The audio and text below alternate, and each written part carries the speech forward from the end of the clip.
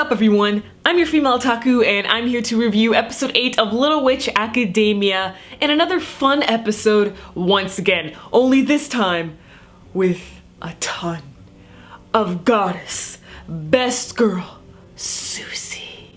Oh boy, a Sucy-based episode, although technically, I guess you could really say it was an Akko episode featuring Sucy, because, you know, Akko was the one inside Sucy's mind. We were following Akko all throughout the way, unlike Latte's episode where she seemed like the main character of her own episode and Akko and Sucy remained side characters. But still, I'm willing to forgive all that because we had just so much Sucy, it blew my mind. Like, honestly, after thinking about it, I think like Sucy is contender for best girl of the year and is definitely best girl of the winter season for me personally. I've seen these types of episodes before when I was a child with a bunch of, you know, the cartoons that came out, an episode where the main character has to go into their best friend's mind and they see how they see the world, they see different versions of them and all their other emotions. I can think of so many series that I've seen like that.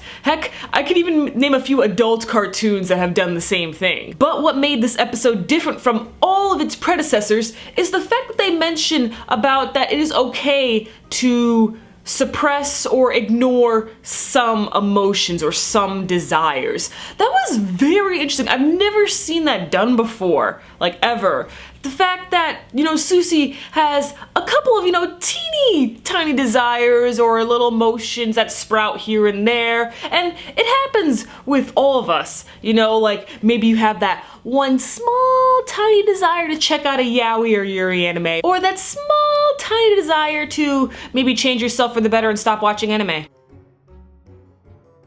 Good thing we all suppress that emotion. This is something that we all have. We all have these tiny bits of emotions and desires that sprout up here and there, but we ignore them not because we're trying to suppress all of our emotions and stuff and, you know, not feel anything, but because that's not what makes us us. But sometimes it's okay to have some of these desires like sprout up, you know, like the fact that, say, if you're a bad person and maybe you want to change for the better, you know, that's fine. Sometimes that tiny desire may just come out, you know, bloom and take over your life. That's fine, you know, some of the good ones, but other ones, you know, maybe not so much. And like that maybe one small desire you may have to, I don't know, punch that one dude in the face who looked at you incorrectly or something like that. I don't know, whatever. You get what I'm trying to say. So it was very interesting that they brought this up, and it made it very unique and different from all the other types of episodes that I've seen like this. And seeing all of Sucy's like minor desires was very interesting. The fact that she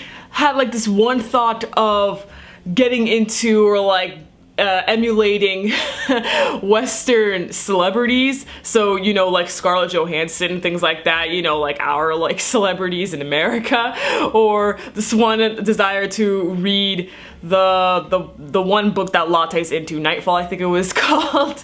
Like, Akko even said herself, like, it's okay if you want to read that, that's fine, you don't have to suppress that. Like, some of them, it's okay to suppress some of them, you know, it's alright to bring out, you know? Like that one friend of yours who has a small interest in the animus and the mangus, but doesn't really want to because they are embarrassed, you know? Overall, this was also a relatable episode, but a fun one at that. Akko always being a hilarious lead, how she's going through all the Sucys and how she's reacting to every single one of them. And when she was talking to the one Sucy that was, she was trying to get her to tell her where the original Sucy was, and that one Sucy was just dragging on and on and on, and Akko was just like, that scene was great. I loved it.